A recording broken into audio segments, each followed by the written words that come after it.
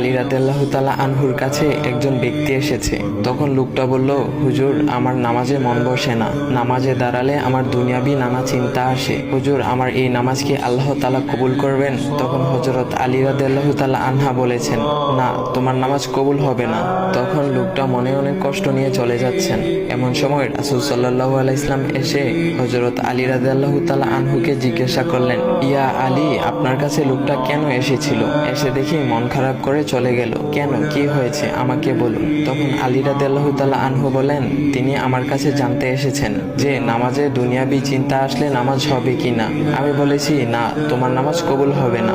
রাসূল সাল্লাল্লাহু আলাইহি ওয়াসাল্লাম তখন বলেন, ইয়া আলী, আপনাকে আমি একটা চাদর উপহার দিতে চাই, তবে একটা শর্ত আছে। আলী রাদিয়াল্লাহু তাআলা আনহু খুশি হয়ে বলেন, ইয়া রাসূলুল্লাহ, কি শর্ত তা বলুন, আমি আপনার সকল শর্ত মেনে নিব।